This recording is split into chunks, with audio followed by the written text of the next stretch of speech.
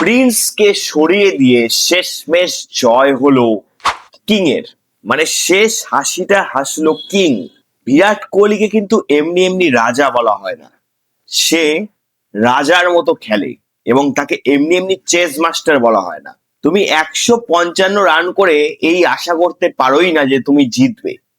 বিরাট কোহলি যখন অন্য টিমে আছে যে চেস করবে, এটা কখনো আশা করা যায় না। কালকে গুজরাট টাইটান্সে আমি তোমাদের আগেই বলেছিলাম যে গুজরাট টাইটান্সের ওই তিনটে প্লেয়ার যদি আউট যায়, সাই সুদর্শন, শুভমান গিল, জস বাটলার, ব্যাস গুজরাট টাইটান্সে কেউ এমন নেই যারা ভালো খেলে গুজরাট টাইটান্সকে 200 রানে নিয়ে যাবে।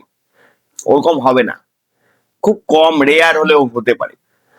কালকে যেমন যখন শুভমান গিল আউট চলে গেল এবং সাই সুদর্শন আউট চলে গেল, মানে রয়্যাল চ্যালেঞ্জার্স ব্যাঙ্গালোরের মেন স্ট্রাইক বলার ভুবনেশ্বর কুমার আর এদিকে জস হেজেলউড পরপর ওপেনার ব্যাটসম্যানদের আউট করে নিল।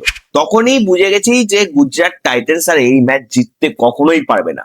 মানে তারপরে ধীরে ধীরে সব উইকেট পড়তে থাকে, নিশান্ত সিন্ধু, জস বাটলার, আরশাদ খান, রাহুল তেওয়াটি, আর কেউ টিকতে পারেনি। শুধু ওয়াশিংটন সুন্দর 37 বলে 50 রান তাও করেছে দেখে দেখে খেলে, যেহেতু উইকেট পড়ছিল ও আস্তে আস্তেই খেলেছে। সেও কিন্তু প্রপার ব্যাটসম্যান না, তো সে শুধু একটু ভালো খেললো বলে 155 রান তাও বোর্ডে করতে পারলো, নাহলে 100 রানও করতে পারতো না, যে সে আউট চলে যেত। মানে গুজরাট টাইটান্স এমন একটা দল যেখানে মিডিল অর্ডারে কোনো প্রপার ব্যাটসম্যানই নেই যে ভালো খেলবে। শুধু ওই তিনটে ব্যাটসম্যান, টপ অর্ডারের তিনটে ব্যাটসম্যানের ওপরই নির্ভর করতে হচ্ছে গুজরাট টাইটান্সকে। যখন কালকে 155 রান করলো তখন কিন্তু গুজরাট টাইটান্স বুঝে গেছে যে তারা হেরে গেছে। কিন্তু অনেক সময় তো লো স্কোরিং ম্যাচেও অনেক সময় দেখবে যে রানটা মানে আটকানো যায়, যেমন আমাদের T20 ওয়ার্ল্ড কাপে দেখেছি যে 160 না 70 রান করেও কিন্তু সাউথ আমেরিকাকে আটকে দিল পরে সূর্যকুমার যাদবের অসাধারণ ক্যাচ নিয়ে।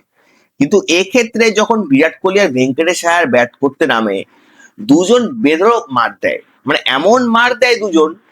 মানে গুজরাট টাইটান্সের যে ভালো বলার গুলো যে আছে, যারা ভালো বল করে, সিজনে ভালো বল করছে, তাদেরকে বেধড়ক মার দেয়। কাগিসো রাবাডা, তোমার বলো প্রসিদ্ধ কৃষ্ণা, মোহাম্মদ সিরাজ, সবাইকে বেধড়ক পিটায়। এবার তারপরে ভেঙ্কটেশ আয়ার আউট চলে যাওয়ার পর দেবদত্ত পাডিক্কাল নামে, ঠিক আছে আউট চলে গেল, রাজত পাডিক্কাল কয়েকটা মানে আউট চলে গেল, কুণাল পান্ডে আউট চলে গেল। আরে ভাই, রয়্যাল চ্যালেঞ্জার্স ব্যাঙ্গালোরের যদি একজন না টেকে আর একজন আউট গেলে আরেকজন আসবে, একজন আউট গেলে আরেকজন শক্তিশালী ব্যাটসম্যান আসবে। তুমি কাকে ছাড়ে কাকে দেখবে 155 রান নিয়ে?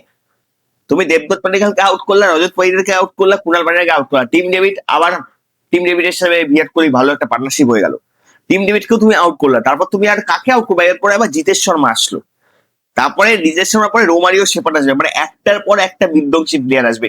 তুমি 155 রান নিয়ে জেতার আশা করছো, কখনোই জিততে পারবে না। তার কারণ বিরাট কোহলি কিন্তু ক্রিজে তো রয়েছেই, বিরাট কোহলিকে কিন্তু আউট করা খুব মুশকিল। আর ক্রিজে বিরাট কোহলি প্রথম থেকেই রয়েছে এবং 178 রানের স্ট্রাইক রেটে ব্যাটিং করেছে, 42 বলে 75 রান করেছে। তুমি যদি শুরুর দিকে যদি গুজরাট টাইটান্স ভেঙ্কটেশ আয়ারের উইকেট বা বিরাট কোহলি উইকেট নিয়ে নিতে পারতো, তাহলে হয়তো একটু চাপে পড়তো, তাও রয়্যাল চ্যালেঞ্জার্স ব্যাঙ্গালোর জিততো, আমি 100% বলতে পারি। কারণ রয়্যাল চ্যালেঞ্জার্স ব্যাঙ্গালোরে দেবদত্ত পাডিক্কাল আছে, রজত পাডিক্কাল আছে, তারপরে হচ্ছে কুণাল পান্ডিয়া যে এখন ভালো খেলছে, Tim David, Jitesh Sharma, Romario, সবার এতজন আছে।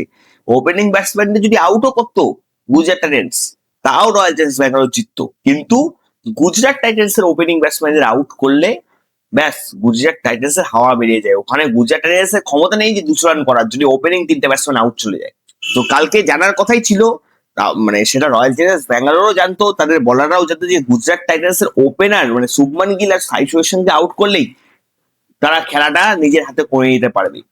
এটা কালকে রয়্যাল চ্যালেঞ্জার্স ব্যাঙ্গালোরের বলাররাও জানতো, কিন্তু সেই ভুলটাই করলো শুভমান গিল। যেখানে 2 ওভারে ভালো রান করে ফেলছিল, পরে লাস্ট মানে 3 নাম্বার ওভারে গিয়ে ক্যাচটা উঠে দিল যেখানে দরকার ছিল না। সাই সুদর্শনও সেইভাবেই আউট চলে গেল। মানে তাদের ওপর কালকের ম্যাচে গুরু দায়িত্ব পালন করা উচিত ছিল, কারণ কালকে আস্তে আস্তে খেলতো। তারা যদি একটু মানে 20টা বল যদি খেলে নিত, তাহলে হয়তো তারা ভালো রান করতে পারতো, কিন্তু তারা মারতে গিয়ে আউট চলে গেছে। জস বাটলারও তাই, জস বাটলারের তো কি বলবো আর।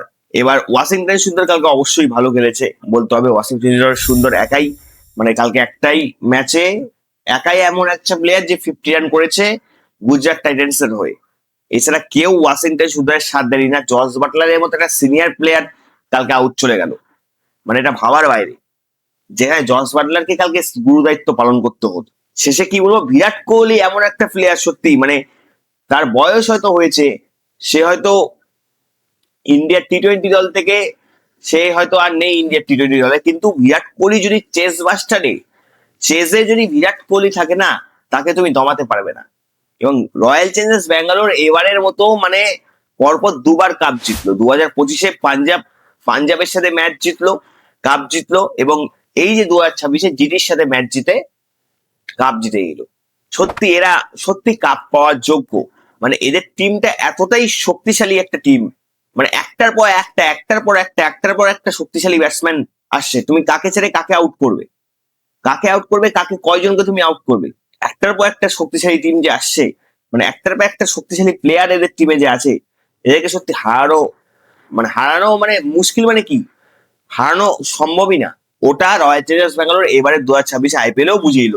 অনেকে বলছে 2025 সালের আইপিএলে হয়তো জিতে গেছে, আর জিততে পারবে না, ও এমনি জিতে গেছে।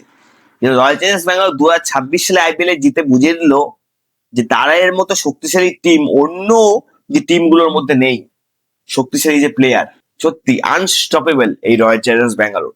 বিরাট কোহলির যে চেস করার ক্ষমতা, বিরাট কোহলির যে অ্যাগ্রেশন, সেই সময় তো অন্য প্লেয়াররা এমনি আউট হয়ে যায়, ভালো ভালো প্লেয়াররা আউট হয়ে যায় বিরাট কোহলির অ্যাগ্রেশনের সামনে।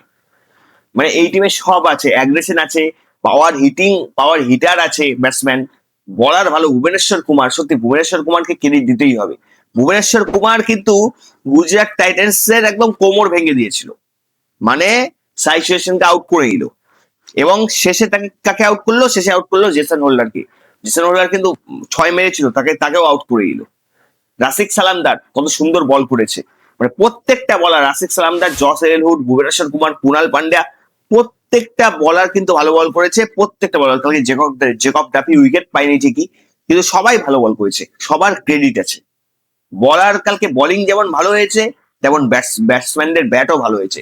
ভেঙ্কটেশ আয়ার কি খেললো, মানে কয়েকটা ইনিংস তাকে ওপেনিং নামানো হলো, কি খেললো ওপেনার হিসেবে। সত্যি ভেঙ্কটেশ আয়ারকে ওপেনার হিসেবে এর পরের যে আইপিএল সিজন 2027-এও দেখতে চাই। মানে এই দলটাই যদি থাকে 2027-এ, এই দলটা আবার আইপিএল কাপ নিবে। এই আরসিবি এত ভালো খেলেছে।